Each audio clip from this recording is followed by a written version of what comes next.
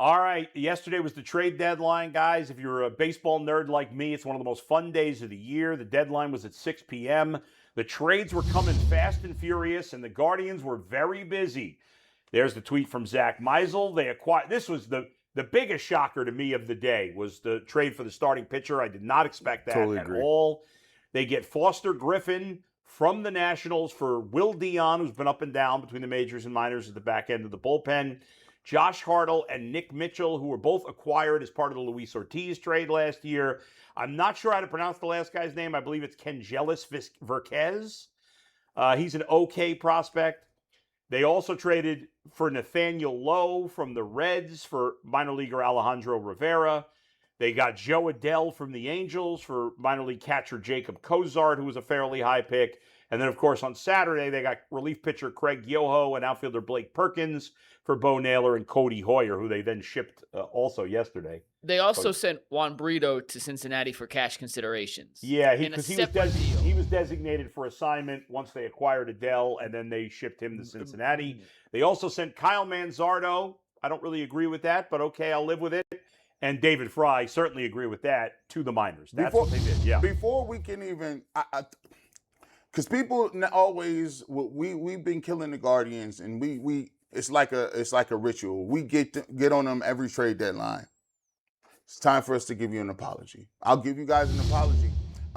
When you say that when you don't do nothing, we on you. I can't come on here and not be energetic and give you your flowers when you did something. They did multiple moves, not a little one. Before we left yesterday, you said, Dustin, G. Bush, what do you think they're going to do? Yeah. And I said, Minimoski. Dustin was like, nothing at all. So for them to come back and do this, it's very encouraging to show that they bolstered a roster that they think is good enough to win now in American League, that you both and Jason and everybody says is wide open at this point. So kudos to you, Guardians. Yeah, no doubt. Jason, the Guardians said what we've been saying all along. The American League's wide open. Yep. We're trying to win it. Yep. I loved yesterday. I thought it was fantastic. Yeah. I thought that they would make a move. I didn't think they would make as many as they did. No way. Not three. And it's three significant moves. Yeah. Significant. Yeah. I mean, Jo Adell, finally a power bat, right-handed power bat in the middle of the lineup. There's some swing and miss there, yes.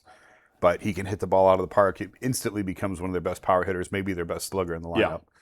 Yeah. Foster Griffin, going to be a free agent at the end of the year. That's not normally a move that they make, let alone give up 4 prospects. Very out of character. Yeah. None of them top prospects, but 4 prospects. Yeah, I think one in the top 30. Yeah. So it doesn't mean these guys can't develop down the road, but they're going for it now. And it's not just the pieces that you add. We've talked about this before. It's not just the pieces that you're bringing in. It's the message that you're sending to everybody else in that clubhouse. Right. We believe in you guys. We believe this team has the ability to make a run, and we're going to supplement it with what we need. And that's exactly what they did. And if you're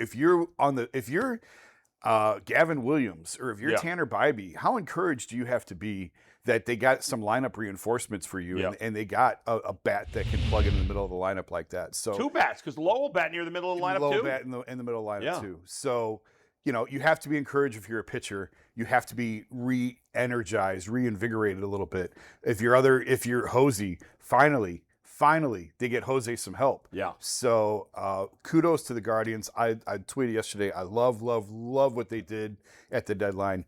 They knocked it out of the park. We did a segment last week on what would be your ideal trade deadline. I picked Elliot Ramos in a reliever, just thinking like, I'll take that. Yeah. And I never would have dreamed, give me an all-star starter, a middle-of-the-bat thumper, another first baseman type who, and I'm with you, like the Manzardo thing, I was a little surprised they sent him down. I can't really defend him, though. But he'd had just his best week in a while. Yeah, I know. It's fine. I would have gotten rid of one of the outfielders instead, but I'm with you. I'm with both of you. Major kudos.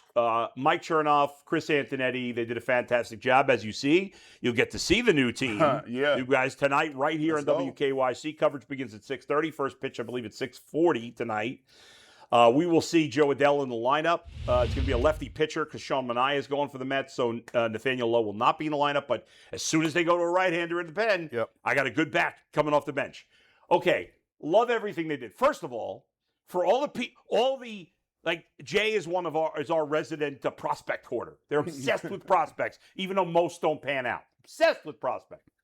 For the resident prospect hoarders, the Guardians traded none of their top 10 prospects. Yeah. None. They got a good offensive player in Jo Adell, big time power, flawed player. Yes, I can't believe some of the responses I got when I talked about the Jo Adell trade. People were mad. I got people telling me he stinks. He doesn't stink. Those It's people are crazy. stupid. They're like, he can't hit righties at all. Okay, let me tell you something. He has not had a good year against righties. I get it. He's still 27 years old. Do you know how many home runs Jo Adell hit? Again, people were responding to my comments on this, and he's only hit 6 home runs this year against righties, which is obviously not great. You know how many home runs he hit against righties last year? 1 year ago, not 5 years ago. You know how many? Anybody want to take a guess? Probably about 2021. 2021. Home So- runs Jo Adell hit against right-handed pitchers. Where he 19. supposedly can't hit. I might be a little high. 19, 2021, you think you might be high? Mike, you want to guess, or did you already look at it? I know the answer, and I was shocked at what the number was. I'm not shocked because people are prison in the moment. He hit 30 home runs against righties, tied for 9th in the majors. My guess is it's top 5 in terms of home runs per at bat because he wasn't playing every day against righties. So don't tell me he can't hit righties when he hit 30 home runs against righties last year. The guy's hit about, I think, 53 home runs since the beginning of last season. That's crazy. This was one of the top prospects in baseball. Absolutely. And it He was took the him- Angels' #1 prospect 5 years ago. And he was a top 5, top 10 prospect. Yeah, in and he was all of drafted 10th baseball. overall. Yeah, and it took him time to figure it out. And he's still a flawed player. Yeah. You're not getting a perfect play. Tell me Who the did you want offensive him to player get? who, Who did you want him to get? right? Jordan Alvarez isn't available. Like, yes. Like, who do you want him to get? He's arguably the best hitter that got traded, him or Luis Garcia. Maybe I'll give Luis He Garcia has the most top spot. power right now on the Guardians. He's got, yes. On a down year compared to last year, he's got more home runs than anybody on the Guardians. So I grant you his flaws. We all know his flaws. Yes, that's fine. I'm playing him every day, just about. You want to sit him against an elite right-hander? Fine. No. But I'm playing him every day, either in right field or DH. He's playing every day for me. And he worked his butt off to get to where, because he was Yeah. horrendous defensively a couple years Right, ago. now he's okay. serviceable. Yeah, He's serviceable. When I he's think okay. of Jo Adell defensively, I think of the one game where he robbed 3 Yeah, home runs. I know, And in it's my head, true. I'm like, he's an elite defensive I mean, outfielder. he's a And good he's not. athlete. He's not. He's but also botched Yeah. routine He did fly have that one balls. game. Yeah. He's an inconsistent outfit. Yeah. But listen, I believe we'll see the best of him, not because the Guardians are good with hitters, because they're not, but I think playing for the Angels is just like being in hell. It's just, it's one of, not the worst organization in baseball, but right up there. It's at the bottom. It's terrible. It's a horrible place to play. There's no They energy. do have the best tweet in the history of humanity Who does? about the Angels, where Yeah. it's Shohei Ohtani and Mike Trout combined for 7 home runs. Ohtani pitches 6 innings of no-hit baseball. Yeah. And the And Angels somehow lose. the Angels lose Yeah. 12-7. Can I ask you, because I was interested in when I was actually excited about talking about this topic. Yeah. What is your ideal lineup? If you got your ideal lineup from 1 to 9, Yeah. and this is just like, hey, Yeah. this we stacked right now. We got what we need. So I'll tell you. Let me talk about Nathaniel Lowe real quick, Okay. and then we'll tell you where we'll see what we think about the lineup. Nathaniel Lowe was another top prospect with Texas. Came up with Texas. Was good. Last year he had a bad season. He started Texas let him go. He went to, where'd he go? Tampa? I can't remember where he played last year, but he was not good. He didn't have a good year, but he has bounced back in a big time way. Now he's a guy, especially at 31 years old, he don't play against lefties. Mhm. He can't, he's never been able to hit lefties. I think he has 25 at bats against lefties. That's less of a big deal because you face a lot more righties in general than you do against lefties. But he mashes right-handed pitching.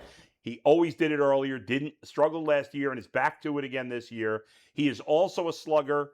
He's got as many home runs as anybody on the Guardians, even though he doesn't play against lefties. He's got 12 homers on the season, an 820 OPS. And, boy, you just had it mixed up. He started with Tampa Bay, then went to Texas, and then was with Washington and Boston last year before coming to Cincinnati. Right, he bounced around last year. But this guy can play. He can hit right-handers. Also not a great defensive player, but he's perfectly fine. And they just, like, Lowe and Adell are legit starting major leaguers. And now you had a team over the last few years that had sometimes 4 or 5 spots without legit starting major leaguers. And now they're down to maybe 2. I don't know if that's I don't know if it's catcher is borderline. I mean, but they like him. They actually like Baby. And, I guess center field or wherever, whoever's. It's so much better. So the lineup, I would still have Bazzana leading off. I agree with you. But they've got Kwan leading off. Yep. So I'll just go with Kwan leading off. I would have, if you're going to have Kwan lead off, I would go Bazzana, Jose, and DeLauder 1, 2, 3, followed by Adell and Nate Lowe against righties. But I'll go with what they've been doing and say Kwan. I'd go Kwan, Ramirez. I'd hit Adell 4th, and I bet, you know what? I wouldn't. I'll hit Adell 5th and Nate Lowe 6th.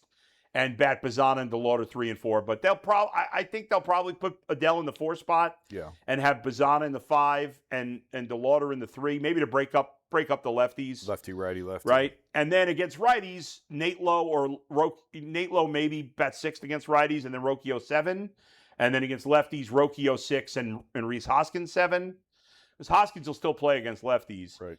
And then the catcher and whoever's playing that extra spot will be 8 and 9. I think I would have liked to see them have Manzardo. Yeah, I was going to ask you. And I wouldn't have sent him down, and I would still play him against righties. What I would do is I would have, against righties, I would have DeLauder in left, Adell in right, Manzardo and Lowe playing DH. That's what I would have done. And where's Kwan? DH/first base. And Kwan in center. That's what I would have done against righties. And then against lefties, I would sit Manzardo and what's his name? Lowe. I'd have Kwan in left. I'd play Hoskins at first. I'd have Adell at DH, DeLauder in right, and then center field either, probably Angel or Petey Halpin, whatever, against lefties. But instead, they're gonna play some sort of combination of Angel and Petey, one of those two guys. I would just like to see Kwan be the everyday center fielder. I think it would be better for him to be settled in, although based on my plan, he would play left against lefties. I would leave DeLauder in right. I wouldn't screw with it. He's your long-term fixture. I don't know how long Joe is going to be here. So put Joe in left/DH? Yeah, I think left is a little bit easier to play at Jacobs Field. Wow, where have I been? It's fine. Progressive Field because of the wall. Yeah. I'd put it down left to DeLauder in right and Kwan in center, and I would just roll with that. I don't think that's what they're going to do. Well, and you could I'd have Adell DH against lefties. Sure.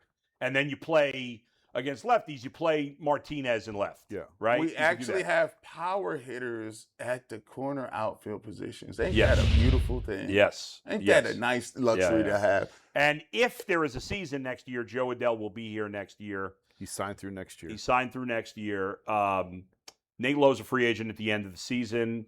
Now let's talk about Foster Griffin. Yeah, he's the one I had the most questions about, so I'm glad we're finally getting to him. None of us really identified starting pitching as a major need, but he's probably the best player of the 3, or at least is having the best season of the 3. Yeah. And now he's a member of the starting staff. So this is a fascinating move because I did not see this coming at all. Foster Griffin was at one point a high pick. I can't remember by who. It was a long time ago because he's like 31, 32 years old. And he had 3 years. I want to say it was 21, 2, and 3 maybe. Or maybe it was 20, 21, 22. I can't remember the exact timeline. He started with the Royals, by the way. Okay. And he stunk. Right, the Royals. He was terrible. And he stunk when he didn't pitch a lot of innings. No, he spent parts of 3 seasons in the majors. Was it 20, 21, and 22 or 21, 22, 23? 20, 21, 22. Okay. And he stunk in those limited innings. Correct. Then, and by limited innings, just so you guys know, very limited. Like less than 10. Yeah. Wow. Fewer than 10 innings. So then he was not getting an opportunity. He went to Japan. He played in Japan for 3 years, right? 23, 24, 25?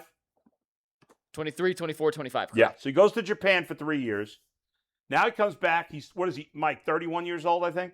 31 years old. Just turned 31. Was born in 95. So we've seen this happen quite a bit. For those who are diehard baseball fans and pay attention to it, we've seen a number of American pitchers who were good players in college and maybe in high school, whatever, struggle, go to Japan, and a lot of them get themselves turned around for whatever reason. Eric Fetty, most recently. Yeah.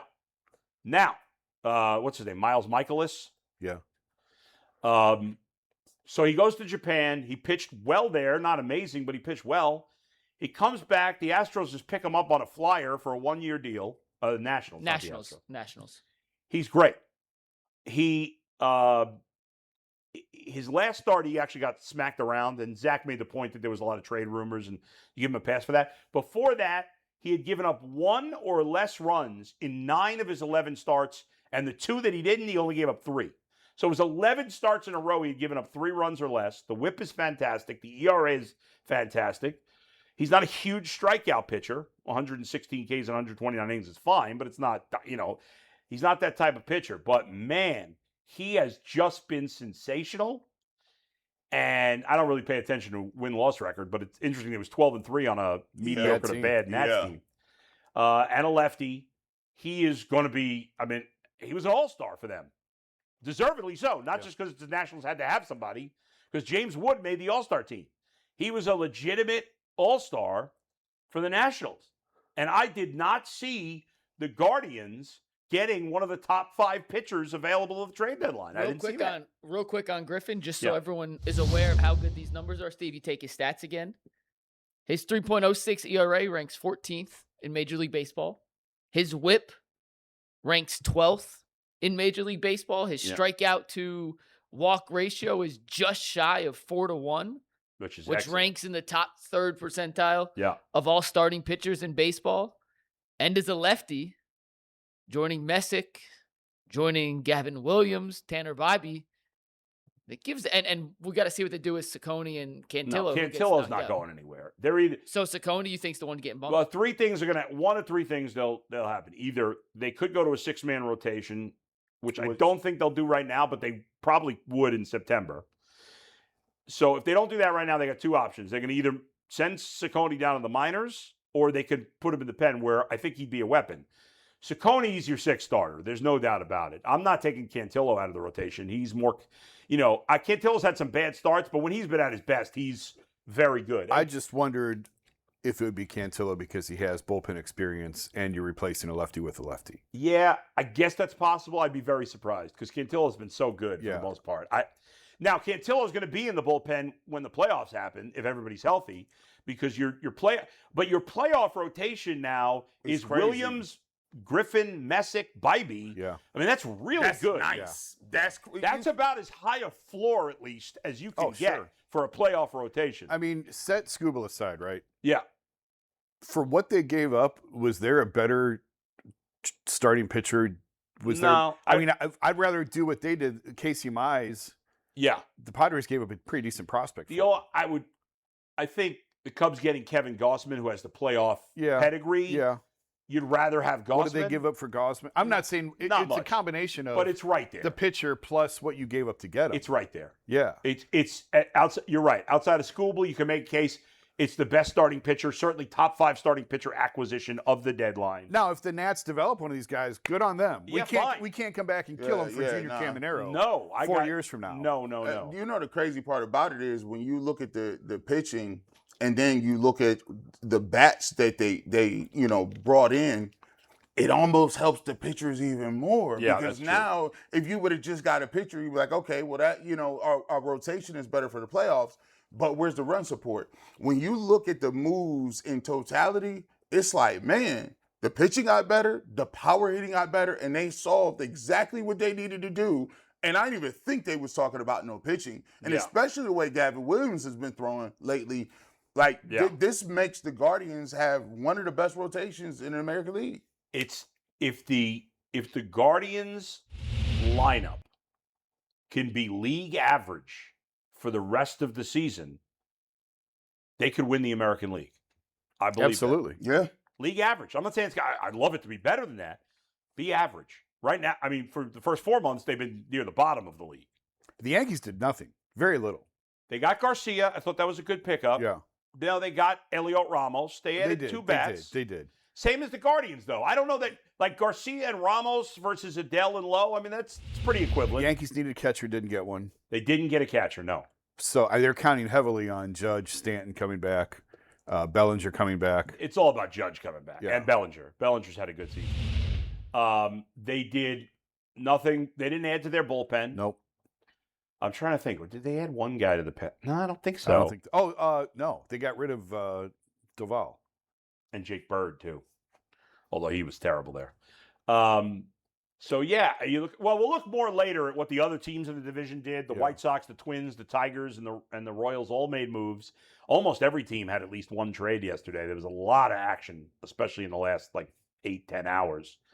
But overall, just to me, guys, I give the Guardians an A for the trade deadline. Easy. Now, until you see the guys perform, you never know. It's all on paper. If Adell and Lowe stink the rest of the way, people are going to be like, "I was terrible, terrible." But to me, they gave up no prospects that I expect to be very good players. They traded 2 catchers, and somehow Cooper Ingle wasn't one of them. Yeah. Crazy. They didn't trade Ingle. They didn't trade Velasquez. They didn't trade Hanau. Their top 3 prospects are still here. They didn't trade Doughty, their best pitching prospect. Yep. They traded down the line prospects. Yeah, could 1 or 2 become decent players? Maybe. We'll see. But they got a legitimate relief pitcher, a legitimate starter, and 2 legitimate hitters, and then potentially a bench outfielder. Blake Perkins is like a mild straw, which if your lineup's good and he's your 4th or 5th outfielder, it's fine. As you said, the totality. Zach Meisel said the same thing this morning. If they had just done one of these moves, he'd been like, whatever. But all 4 moves combined, the team's better. Yeah. A good deal better, I think. The Guardians have a lot of goodwill built up with me, because the thing that I knocked them for was why we always hoard these prospects and then we never play them. Well, they've been playing young guys, and they've been playing them every single day. The trade deadline thing is an issue. We never really do anything to trade deadline, and if we do something, it's small. They're playing young guys, and on top of it, they went and made a huge move. You got to give them an A+, because they're trying. They're doing every single thing that we always kill them for not doing. That's right. And I'll tell you what, I don't think they're going to do this because they probably would have done it yesterday. Maybe they'll do it today. Who knows? I'd call up Cooper Ingle right now, and I know his 2 weeks here were ugly. This guy he killed it in AAA before and then he called up, he struggled, went right back to AAA, didn't sulk. He's been killing it again. He's hitting over 400. He's been playing left field every day. I know he's a work in progress, but let Manzardo get right, hopefully. I would call Cooper Ingle up. I'd play him every day in left. I'd play Quan every day in center.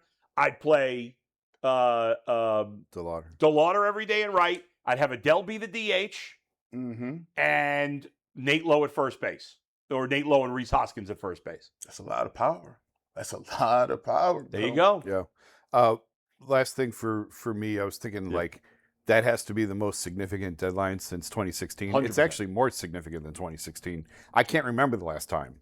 Yeah, I mean, 16 was Andrew Miller. With hindsight now, we know that 16 was huge. Yeah, but it felt huge at the time too, because of what they gave up. Right. But that was just one. That Swisher and Bourne. No, those were free agents. That was Andrew Miller. Okay. Andrew Miller for Clint Frazier and Pomeranz. Right. 2 of their top supposed prospects. to be good, and both did nothing. Yeah, 2 of the top prospects in the okay career as a organization at the reliever. time for a reliever. Yeah. But I can't remember the last time. They were always even back in the 90s, they'd make one move at the deadline, 1 or 2. I think